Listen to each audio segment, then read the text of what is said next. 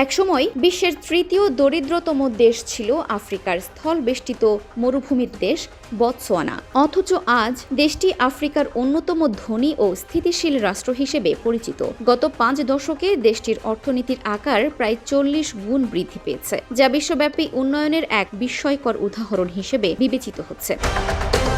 1966 সালে স্বাধীনতা লাভের সময় দেশটিতে মাত্র 12 কিলোমিটার পাকা রাস্তা এবং হাতে গোনা কয়েকজন বিশ্ববিদ্যালয় গ্রাজুয়েট ছিল। তবে শক্তিশালী গণতান্ত্রিক কাঠামো, সুশাসন এবং জবাবদিহিতামূলক রাজনৈতিক সংস্কৃতি দেশটির অগ্রগতির ভিত্তি তৈরি করে। দেশটির প্রথম প্রেসিডেন্ট সেরিল খামা দুর্নীতির বিরুদ্ধে কঠোর অবস্থান, মুক্তবাজার অর্থনীতি এবং আইনের শাসন প্রতিষ্ঠায় গুরুত্বপূর্ণ ভূমিকা রাখেন। একই সঙ্গে জাতিগত ঐক্য ও শিক্ষা বিস্তারের উপর গুরুত্ব দেওয়ায় দেশটি দ্রুত উন্নয়নের পথে এগিয়ে যায়।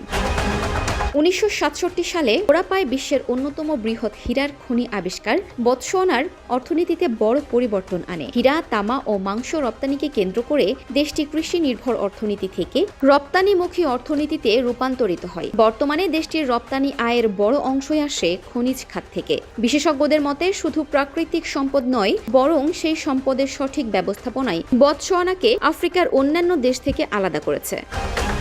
বর্তমানে দেশটি আফ্রিকার সবচেয়ে কম দুর্নীতিগ্রস্ত দেশগুলোর একটি এবং শিক্ষা ও অবকাঠামো উন্নয়নেও এগিয়ে রয়েছে। তবে চ্যালেঞ্জও রয়েছে। দেশটির অর্থনীতি এখনও অনেকাংশে হীরা শিল্পের ওপর নির্ভরশীল। ফলে বিকল্প শিল্প ও টেকসই অর্থনৈতিক খাত গড়ে তোলা এখন বতসোয়ানার সবচেয়ে বড় লক্ষ্য। বিশ্লেষকদের মতে বতসোয়ানার উন্নয়ন প্রমাণ করে যে কার্যকর রাজনৈতিক প্রতিষ্ঠান, সুশাসন এবং দীর্ঘমেয়াদী পরিকল্পনা থাকলে প্রাকৃতিক সম্পদ একটি দেশকে উন্নয়নের শীর্ষে পৌঁছে দিতে পারে।